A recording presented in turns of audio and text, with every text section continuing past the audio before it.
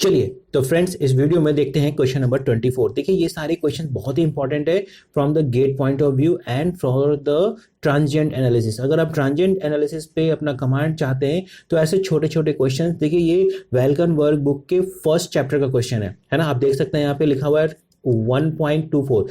तो सोचिए जब हम इसके ट्रांजिएंट एनालिसिस के क्वेश्चंस करेंगे तो ये सब हमारे लिए कितना हेल्पफुल होगा। तो चलिए क्वेश्चन को देखते हैं। देखिए क्या कह रहा है, इन द सर्किट शोन। चलिए आराम से देखते हैं। In the circuit shown the switch K is close at t equal to 0। देखिए इस स्विच को क्लोज किया गया है कब, एट t इक्वल टू 0। ठीक है। द रेफरेंस टाइम, तो यही मेरा रेफरेंस टाइम है। ठीक है। The current shown, the current flowing in the circuit is given by the equation. देखिए हमारे पास करंट का इक्वेशन भी गिवन है। करंट कैसे फ्लो कर रहा है, तो हमारा करंट फ्लो कर रहा है I T is equal to 1 minus E raise to power minus t for t greater than 0। यानी कि टी लेस देन 0 के लिए क्या है, सर्किट में करंट 0 है। यानी कि ये देखिए ये स्विच ओपन था, है ना। ये स्विच क्या था, ओपन था टी लेस देन 0 के लिए, तो करंट क्या होगा 0, तो ग्रेटर देन। ठीक है, आप समझिए। सो एट ए सर्टेन टाइम, किसी समय में the current has a value of this much of ampere. तो आई की वैल्यू है, मुझे नहीं पता टाइम की वो वैल्यू क्या है। किसी समय इसकी जो वैल्यू है वो 0.63 एम्पियर है। ठीक है। तो पूछ रहा है at what rate is the current changing. तो बेसिकली ये पूछना चाहता है एट ए सर्टेन टाइम, मतलब ये सारा कैलकुलेशन उसी समय के लिए है जिस समय इसकी करंट की वैल्यू ये है। उस समय बताइए कि रेट ऑफ करंट चेंजिंग क्या है। ठीक है। तो सबसे पहले तो हम उस टाइम के कैलकुलेशन के बारे में सोचते हैं कि ये किस समय की बात कर रहा है, किस समय इसकी ये वैल्यू 0.63 एम्पियर होगी। देखिए इसको आप 2-3 तरीके से सॉल्व कर सकते हैं। ठीक है। देखिए आई टी का एक्सप्रेशन दिया हुआ है, that is the 1 minus E raise to power minus t. ठीक है। तो अगर आप देखिए आई टी पहला मेथड है 0.63 हमने यहाँ पे पुट किया और ये आएगा 1 minus E raise to power minus T. चलिए इक्वेशन को सॉल्व करते हैं। देखिए ये हो जाएगा E raise to power minus T will be equal to 1 minus 0.63। So this will be equal to E raise to power minus T will be equal to I think 0.33, right. 1 minus 0.63 क्या होगा, right, 1 minus 0.63 will be 1 minus 0.63, 1 minus 0.63 will be 0.37. Sorry, let us correct it. So this will be 0.37. ठीक है। तो आप यहां से t की value ले सकते हैं, कैसे, एंटी लॉग ले सकते हैं हम लोग, एंटी लॉग ले सकते हैं और इसकी वैल्यू हो जाएगी minus t is equal to ln e 0.37। ठीक है। ये हो जाएगा that will be minus t is equal to ln 0.37 की वैल्यू क्या होगी, दिस विल बी, देखिए ये आ रहा है माइनस 0.994। ठीक है। ये माइनस माइनस देखिए कैंसिल आउट हो जाएगा, तो t की वैल्यू क्या आ जाएगी, t की वैल्यू आ जाएगी 0.994। एग्जैक्ट अगर मैं देखूं तो एग्जैक्ट इसकी वैल्यू है 99425 सो ऑन। तो आप इसको अप्रोक्सीमेट कर सकते हैं, t is equal to 0.994, this much of second की बात कर रहा है। ठीक है। देखिए अगर आप ध्यान से देखें तो ये 0.63 वैल्यू बहुत इंपॉर्टेंट है। आप इसको सोच सकते थे कंट्रोल इंजीनियरिंग से भी, है ना। हम लोगों ने कंट्रोल में भी पढ़ा है, क्या पढ़ा है, टाइम कांस्टेंट। टाइम कांस्टेंट क्या होता था, वो टाइम जिसमें कि 63% ऑफ द मैक्सिमम वैल्यू कोई भी सिस्टम अटेन कर लेता है ना। तो आप यहां से भी सोच सकते थे। दूसरा, अब यहां पे कैसे पता चलता है कि मैक्सिमम वैल्यू है। अब ने देखिए कैपेसिटर का चार्जिंग इक्वेशन पढ़ा होगा, कैपेसिटर का चार्जिंग इक्वेशन हम लोगों ने पढ़ा है ना। उसका भी एक्सप्रेशन देखिए ऐसा ही होता था, Q is equal to Q naught 1 minus E की power minus T upon tau. ठीक है। तो ये सारे चार्जिंग इक्वेशन, देखिए यहां भी कुछ फॉर्मेट वैसा ही है, 1 माइनस ई रेज टू, तो आपको दिख रहा है ये इसका मैक्सिमम वैल्यू हो जाएगा, है ना। तो इस तरह से आप देख सकते थे कि इसकी वैल्यू बेसिकली ये टाइम कांस्टेंट है, ठीक है, और हमने इसकी वैल्यू भी निकाल लिया है। इसका इंपॉर्टेंस आप समझ सकते हो कि इसका इंपॉर्टेंस क्या होता है। चलिए, तो ये तो हो गया, हमने उस टाइम का कैलकुलेशन किया है, लेकिन हमें क्या निकालना है, at what rate is the current changing. हमें क्या निकालना है, rate of change of current. तो चलिए देखते हैं, इस टाइम को याद रखिएगा, ये टाइम बहुत ही इंपॉर्टेंट है। देखिए, तो हमें निकालना था at what rate is the current changing. तो देखिए, फर्स्ट पार्ट सॉल्यूशन चाहिए हमें, d I upon D T at t is equal to that was the tau, that is the time constant, ये हमसे पूछा गया है, ठीक है। तो d I upon D t हम निकाल सकते हैं, नो प्रॉब्लम, जिसमें कि मुझे i की वैल्यू पता है, i की वैल्यू मुझे पता है, i का एक्सप्रेशन क्या है, 1 माइनस ई के पावर माइनस टी। तो देखिए 1 का डिफ्रेंसिएशन 0 माइनस ई के पावर माइनस टी का माइनस ई के पावर माइनस टी, और माइनस टी का डिफ्रेंसिएशन फिर से हो जाएगा -1। तो ये क्या हो जाएगा, this will be e raise to power minus t with plus. तो आपको इसमें वैल्यू पुट कर देना है, e raise to power minus 0.994। तो इसकी वैल्यू क्या आएगी, ठीक है, इसकी वैल्यू अप्रोक्सीमेटली आ जाएगी आपको 0.37, और इसका यूनिट क्या होगा, एम्पियर पर सेकेंड, ठीक है, क्योंकि this is a D I upon D T, ठीक है। चलिए हम लोग बात करते हैं पार्ट बी की। पार्ट बी में क्या कह रहा है, देखिए, what is the value of total flux linkage, है ना। तो देखिए टोटल फ्लक्स लिंकेज क्या होता है, साई, और इसका वैल्यू क्या होता है, that is a psi is equal to L into I. अब मुझे निकालना है psi at T is equal to tau. देखिए ये तो कांस्टेंट टर्म है, तो बचा क्या, आई है जो कि एक वेरिएबल टर्म है, तो हम लोग इसको लिखेंगे that will be equal to L into I at T is equal to tau, ठीक है। तो ये हो जाएगा एल, और T is equal to tau की तो वैल्यू दी हुई है, दैट इज द 0.63 एम्पियर।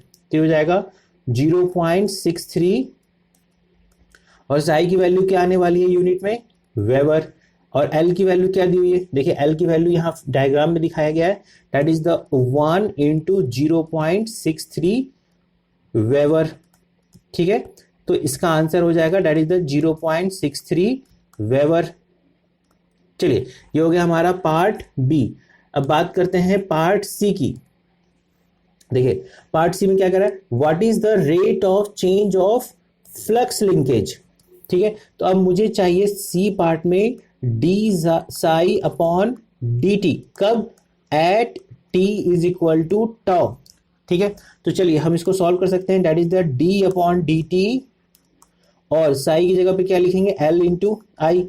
अब एल तो देखिए कांस्टेंट टर्म है, तो एल बाहर आ जाएगा, and this is the D I upon D T, कब, at T is equal to tau, और D I upon D T at T is equal to tau देखिए हमने यहाँ पे निकाल रखा है। तो इसका आंसर हो जाएगा, एल की वैल्यू हो जाएगी 1, D I upon D T की वैल्यू हो जाएगी 0.37, तो इसका आंसर हो जाएगा 0.37, राइट। और इसका यूनिट क्या होगा, what will be its unit, Sai की यूनिट हो जाएगी देखिए वेबर, राइट, अपॉन, और टाइम की यूनिट हो जाएगी second, so its unit will be weber पर सेकेंड, ठीक है। चलिए आगे चलते हैं पार्ट डी में। देखिए पार्ट डी में क्या कहता है, व्हाट इज द वोल्टेज, है ना, अक्रॉस द इंडक्टर। तो हमें पता है कि voltage across the inductor that is the V L, let us suppose we are indicating its V L is equal to L D I upon D T. हमने पढ़ा है वोल्टेज अक्रॉस इंडक्टर, एल की value देखिए 1 दी हुई है, D I upon D T हमने निकाला है ना, at T is equal to tau ही हमें कैलकुलेट करना है सब कुछ। तो इसका आंसर था 0.37, तो ये हो जाएगा 0.37 वोल्ट, ठीक है, क्योंकि ये वोल्टेज की बात कर रहा है, ठीक है फ्रेंड्स। चलिए तो हम चलते हैं इसके next part, that is the part E में देखिए क्या कह रहा है, how much energy is stored in the magnetic field of the inductor. तो एनर्जी का फॉर्मूला क्या होता है, एनर्जी का फॉर्मूला होता है energy stored that is equal to half L I square. अब देखिए आई तो वेरिएबल है, तो बेसिकली एनर्जी वेरिएबल है, इसलिए हमको किस समय निकालना है, at T is equal to tau. तो चलिए इसको कैलकुलेट करते हैं। दैट इज द 1/2, एल की वैल्यू देखिए 1 दी हुई है और आई की value at T is equal to tau. तो ये देखिए डायरेक्ट दिया हुआ था। कुछ क्वेश्चन तो आप इसमें डायरेक्ट ही सॉल्व कर सकते थे, आपको कुछ भी सॉल्व करने की जरूरत नहीं। 2-3 पार्ट तो देखिए ऐसे ही सॉल्व हो जा रहा है। That is the half L I square. ठीक है, इसका आंसर आएगा दैट इज द 0.198 जूल्स। ठीक है, एनर्जी है इसलिए इसका यूनिट क्या हो सकता है, जूल। ठीक है, चलिए नेक्स्ट चलते हैं। ई हो गया, next is your F. F part देखते हैं, एफ में क्या है। देखिए एफ में क्या कहा जा रहा है, what is the voltage across the resistor. तो देखिए voltage across the resistor V R, let us suppose we are indicating it by V R, तो V is equal to I R. हम ऐसा कर सकते हैं, किस समय का I, at T is equal to tau, है ना। तो चलिए ये क्या हो जाएगा, 0.63 इंटू आर की वैल्यू देखिए 1 दी हुई है, दिस मच ऑफ वोल्ट। ठीक है, तो ये क्या हो जाएगा 0.63 वोल्ट। देखिए एक तरीका तो ये हो सकता था, दूसरा तरीका क्या हो सकता था, अगर आप KVL लगाते, है ना, अगर आप KVL लगाते तो भी हो सकता था। देखिए टोटल वोल्टेज 1 वोल्ट था, है ना, at T is equal to tau, at T is equal to tau. देखिए इंडक्टर के पास कितनी वोल्टेज थी, 0.37 वोल्ट था। देखिए आपने यहां पे पहले निकाल रखा है, तो आप रिमेनिंग वोल्टेज किसके पास आया होगा, इसके पास आया होगा। तो आप यहां से भी कर सकते थे 1 माइनस 0.37, तो ये आपको क्या मिलता, 0.63 ही मिलता, है ना। तो आप KVL लगा के भी VR निकाल सकते थे, दैट इज द 0.63 वोल्ट। ठीक है, देखिए यही सारे फंडामेंटल क्वेश्चंस ही आपके ट्रांजिएंट को अच्छा बनाएंगे। इस तरह से बहुत सारे मैं आपको क्वेश्चंस में करवाने वाला हूं धीरे धीरे। चलिए this is the F, next is the G part. देखिए जी पार्ट में क्या है, at what rate is the energy is being stored in the magnetic field of the inductor. देखिए हमें क्या निकालना, at what rate is the energy, तो हमें निकालना है d/dt of energy in inductor. तो ये हो जाएगा d/dt। एनर्जी की वैल्यू क्या होती है, एनर्जी स्टोर्ड इन इंडक्टर क्या होता है, देखिए that is the half of L I square. तो हो जाएगा half of L I square. चलिए इसको डिफ्रेंशिएट करते हैं। देखिए 1/2 बाहर, एल को बाहर रखा और आई स्क्वायर का 2i, और ये i, ये 2 कैंसिल हो जाएगा, तो हो जाएगा l इंटू आई, किस समय, at T is equal to tau. तो L की वैल्यू देखिए 1 दी हुई है, I की वैल्यू हमने निकाला है 0. ये तो दिया हुआ है 0.63 at T is equal to tau. तो ठीक है, इसका आंसर क्या हो जाएगा, half L I square, right. L तो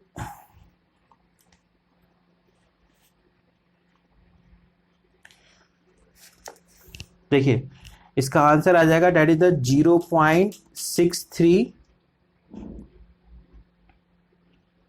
नहीं एक सेकंड, हम लोग से यहाँ पे हो रही है कुछ गलती। देखिए क्या गलती हो रही है, ध्यान से देखिए। देखिए इसका जब हम डिफरेंशिएशन करेंगे, हाफ एल 2i, आई स्क्वायर का 2i और फिर i का di/dt भी तो रहेगा, राइट।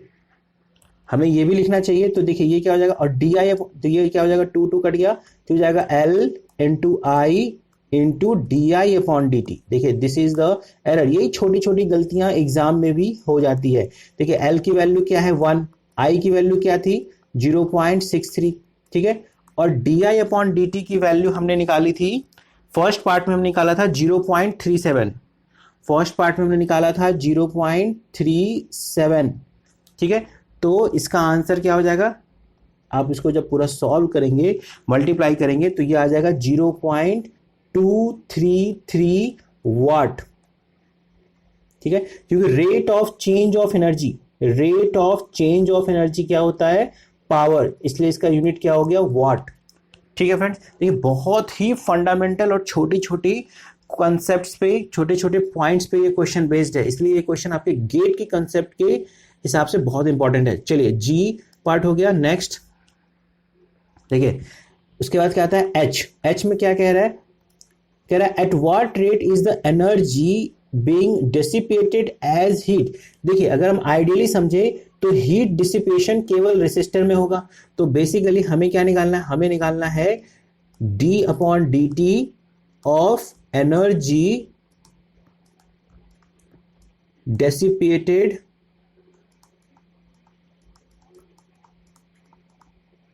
इन रेसिस्टर, क्योंकि रेसिस्टर में ही हम केवल मान रहे हैं कि उसका एनर्जी डिसिपेट होगा।